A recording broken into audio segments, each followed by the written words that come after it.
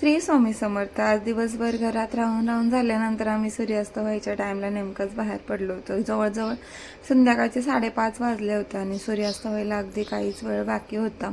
अंधार पडायच्या समोर आम्ही बाहेर निघालो, म्हणजे भाजीपाला वगैरे घ्यायला. पण भरकटत दुसरीकडे जायला निघलो.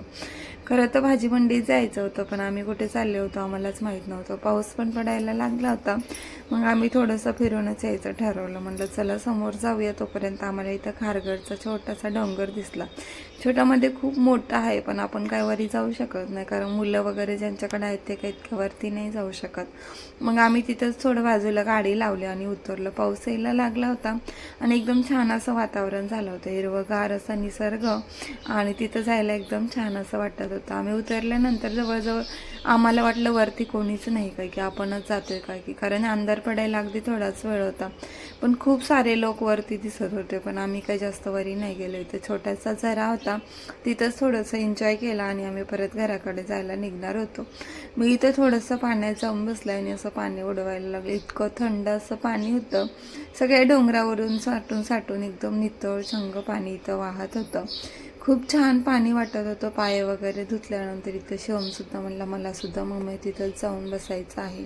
आपण जसं केलं तसंच मुलांना पण करायचं असतं. पण पाणी इतकं थंड होतं की सर्दी व्हायची भीती वाटत होती. पण दिवसुद्धा म्हणजे मला सुद्धा बसायचं म्हणल्यावर काय, तिला थोडंसं बसवलं, पण ती इथून उठायलाच तयार नव्हती. बळच उठवल्यानंतर खूप जास्त रडायला लागली होती. खरं तर तिला कवर पण त्या पाण्यातच खेळायचं होतं. ढबक पाय उडवायचे होते. पण तसंच तिला इकडं उचलून आणलं. तिला दगडाची खूपच जास्त आवड आहे. दगड द्यायचं म्हणलं की कुठं नाही उठायला तयार असते. जिथं दिसेल तिथं गेलं की दगडात सापडायला लागते. तिला इथून उठून आणल्यानंतर मग काय लेकरांचं सोबत असलं की कुठंही बसावं लागतं आणि कुठं पण उठावं लागतं. लेकरं म्हणलं की काय त्यांचं सगळं मर्जीप्रमाणेच वागावं लागतं.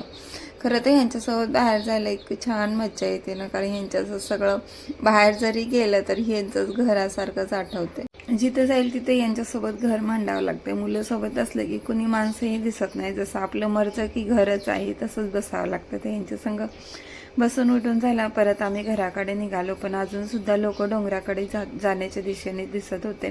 कारण इतकं छान निसर्गरम्य वातावरण होतं. ऊन पाऊस काहीच नव्हतं. एकदम छान असं हिरवगार डोंगर आणि एकदम निसर्गाच्या सानिध्यात पाणी झरझर वाहत होतं. सगळे लोक वरती जात होते आणि आम्ही खालती येत होतो.